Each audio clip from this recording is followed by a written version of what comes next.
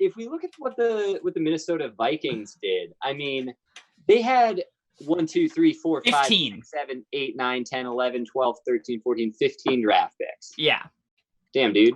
15 draft picks. Yeah, I counted it this morning because I was like, that's got to be like a record of some sort. It's so many. Yeah. I love it. I love their draft. I think... Oh, go for it. I have a cousin named James Lynch, and they drafted a guy named James Lynch. So I sent him a text being like, congratulations. I really like their draft. I think they drafted well. I think there's a chance that like you draft 15. All right. So what I like about their draft is they lost a shit ton of their defensive roster this year. Yeah. They just lost starters at all 3 levels, and they just reloaded. They were like, cool. Yeah. Well, drafting is essentially throwing darts at a board. We're going to throw 15 darts, and we're mostly going to focus on positions where we lost people. So it's like D-line, and DB is like where most of it went. And then they threw 1 or 2 at wide receiver as well, if I remember correctly. Yeah. And what I like about it is that it's like they mostly threw darts, and then they would swerve into best player available here and there. Like they like swerved and took Ezra Cleveland. And it's like they don't really have a need at tackle, but like Ezra Cleveland was still there. They were like, he's really good. We're gonna take him, and maybe we'll need a tackle soon. And I think O-line in general is a place that they could. Oh, really? So you think they might just push him inside? Like he's got short arms, so he'd make sense as a guard. I'm going to take a look at the Vikings depth chart because, like, so it's also a situation where, okay, so they got Riley Reif and Brian O'Neill as their tackles. So, yeah, Ezra Cleveland slots in as, like, their first backup tackle, I guess. Yeah, they have Pat Elflein, Garrett Bradbury, and Dakota Dozier on the inside. So, like, Garrett Bradbury was a high draft pick last year. Yeah, I don't know enough about how versatile he is or whatever, but, like, for teams that don't have solid O-lines, I think it's always a good idea to just like draft, like to like refill the stockpile, so to speak. Yeah. Especially because O-linemen can get really expensive really quickly. They can get really old really quickly. Like you can get injured. You want guys to be able to step in and stuff. Right. Yeah, like you said, I think they did a good job of walking the line of like filling needs and best player available, where it like kind of came together nicely a couple times. Like I think 10 times out of 10 they picked Justin Jefferson at 22, and 10 times out of 10 they are satisfied that they traded down and then are looking at Jeff Gladney at cornerback, who's a corner that we really liked. He was really we love the guy, you know. Yeah. So it's cool. I'm kind of excited to see him go up against Matthew Stafford, because Jeff Gladney seems like the kind of guy where he might, if he's going against big guys, he might get beat just because everyone has high point skills in the NFL.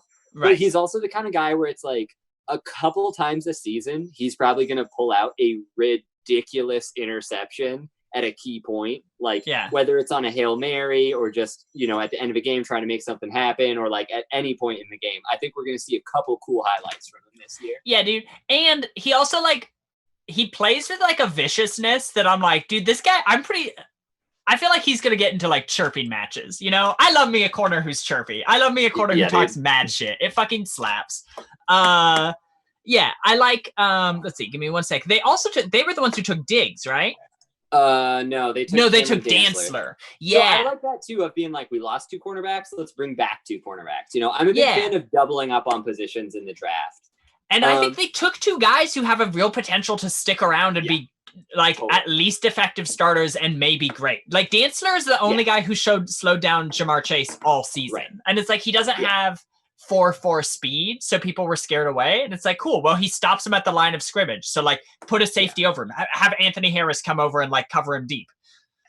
And then after that, being like, okay, we're going to use 2 of our round 4 picks on D linemen. It's like, great, we lost Linval Joseph, we lost Everson Griffin, we had bigger like straight up holes in other positions, but let's use these like these 4th round picks to kind of fill that stockpile up again a little bit, reload in that area. And, maybe if these guys step up, we have a solid rotational player, starter, something like that. So it just, the way that they like kind of smeared the draft around their roster to do a lot of different things, I thought was really good. And when you have a lot of picks, you can afford to do something. Yeah. Like that. One more player that they picked that I didn't think was really like a need, but I thought was just them swerving into best player available again, was Troy Dye, the linebacker out of Oregon.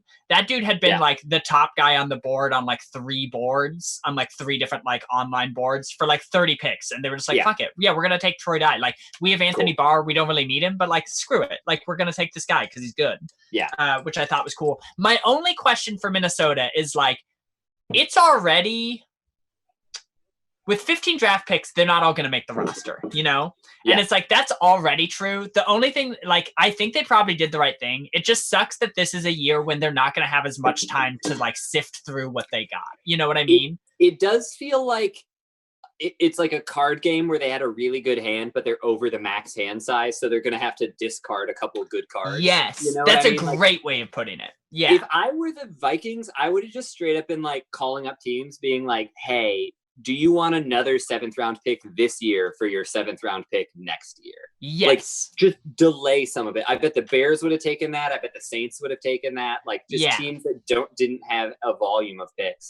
Yeah. Or like, I think it wouldn't have been crazy with their number of picks to have like been trading up a little bit more, to just be like, we really like this guy. We're certain about him. We're trading up for him. Yeah. Like, do you think they could have, there's no way it would have taken too much draft capital to say like jump up to get CeeDee Lamb instead of Justin Jefferson. But probably that one. But like in the 2nd and 3rd round, if you're picking like 3 people who you're like pretty sure on, right? If there's one guy who you're more sure on, maybe trade up for him. I don't know that I fully believe that. I just think it sucks that this is a year that it's just bad luck that this is the year that they had this good hand. I sort of suspect 1 or 2 of these players will get cut by the Vikings and go on to become very good starters elsewhere, I would suspect. You know what I mean? Where it's like, they're just not going to have enough time to double check their work. Like a third of the draft class, so just chances are. Yeah.